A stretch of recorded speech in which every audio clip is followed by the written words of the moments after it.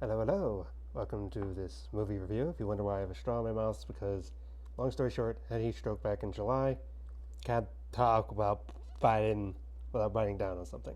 So I use straws and whatever I can get hands on. Okay, so this movie review is about I Heard the Bells. Now, I've heard you say different versions of the song. I heard the bells on Christmas Day, like when I can mostly remember the Casting Crowns version and everything. Didn't know anything about the song. Didn't know the backstory. Didn't know anything about Longfellow, though. I know he's been mentioned history-wise, but I don't really know much about him. But this movie is about his life and what led up to the making of this song. Henry Wadsworth Longfellow was a very famous American poet and writer of that day, or just poet, as a lot of people would say. uh, he did a lot of writings and stuff against slavery and everything, and like an abolitionist movement, you could say, and among different things, up to lead to the Civil War. And this film, goes into those details and everything. I won't spoil everything, but I didn't know anything about his life, but reading about his life before I went to see the film, I was like, wow, his life is really hard, or tragic, you can say, in some different things that happened to him, in which this movie directly isn't takes from one of those events that happens that just like, wow, that's sad. But it was overall, I saw the movie tonight. It only has limited release and everything like that, so if you can see it in your theater, go and see it. I don't know when it's going to be available for streaming or online or whatever, but I would recommend definitely go see it. It's a Christmas movie, but a Christian movie and everything. It's made by a group called Sight and Sound Theaters. This is their first movie thing.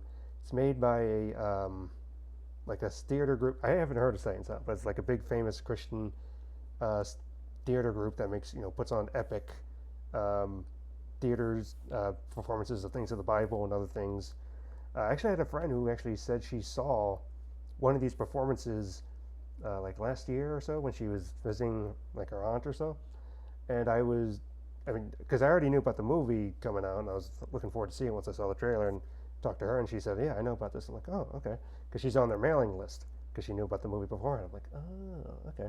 So she actually knew a little bit about it more before I did. I was like, "Okay," but reading about it and everything, it piqued my interest to see it because one deals with history and deals with Civil War. Ooh, Civil War. That's always a little interesting thing for me. And yeah, the 54th actually does appear in it. If you don't know the 54th, the movie Glory, with Matthew Broderick, Denzel Washington, where Denzel Washington got his first Oscar for supporting actor. That's the 54th, kind of appear in this because the film takes place mostly in Massachusetts, so that's why they use them as like a recruiting thing. But you could tell at moments it feels like, okay, this feels small budget for different moments. Wait, because I'm aspiring one to be a screenwriter myself and everything, but so you can't complain. It's like, oh, it feels low budget and everything. Yeah, maybe some things feel low budget. The ways, kind of holding the camera and different things like that. Filming on certain locations, like it was mostly filmed at the house. Some things outside. Like it before the film started, it actually mentioned some. They actually did film at different historical locations, like at Gettysburg National Monument Park and in their own backyard in Pennsylvania.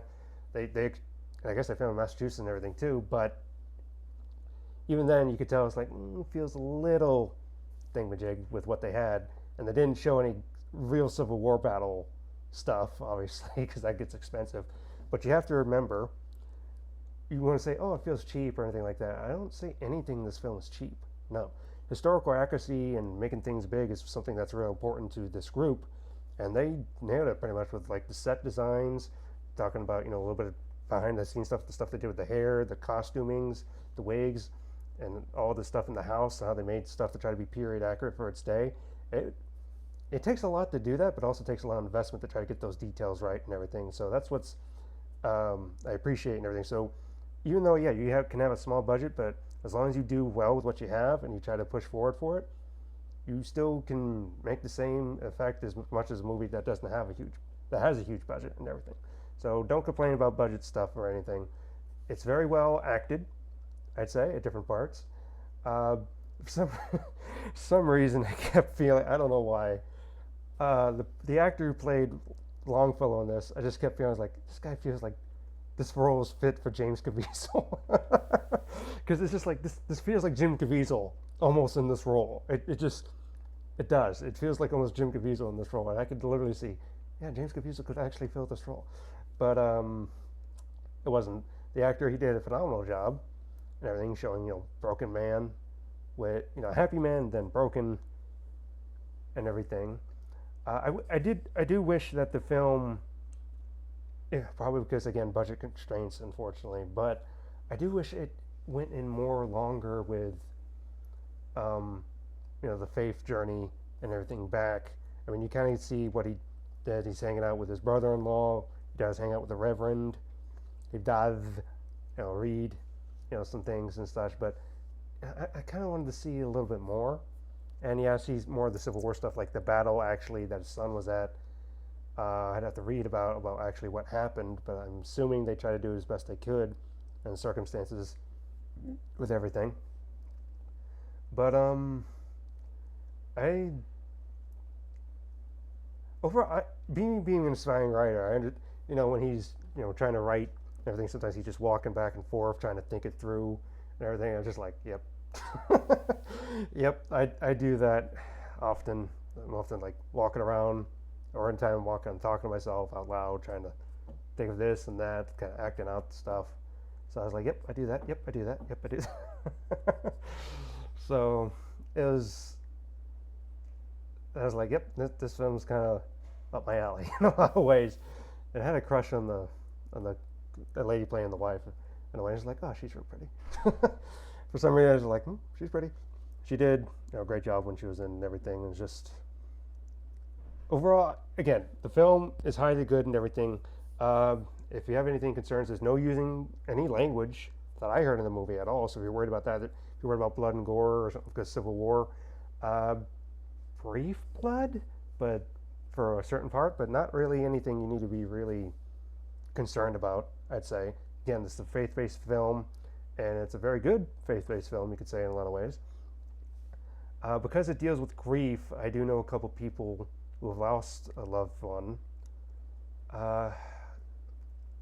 And maybe you could say in a way, and like spouse. I can imagine and wonder if they would enjoy it or not. I don't know. But for a first-time film, to try to be historically accurate as possible and everything, I definitely recommend this film.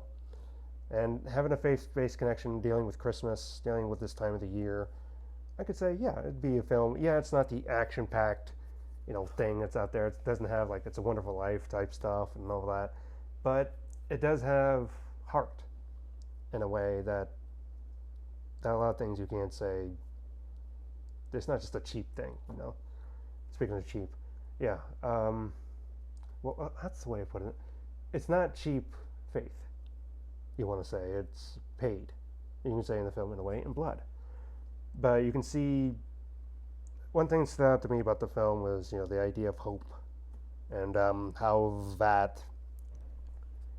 that's a big thing, holding on to hope even when it doesn't sound like it should. And it's just like, yeah, hope is always something I hang on to. For dying over come with and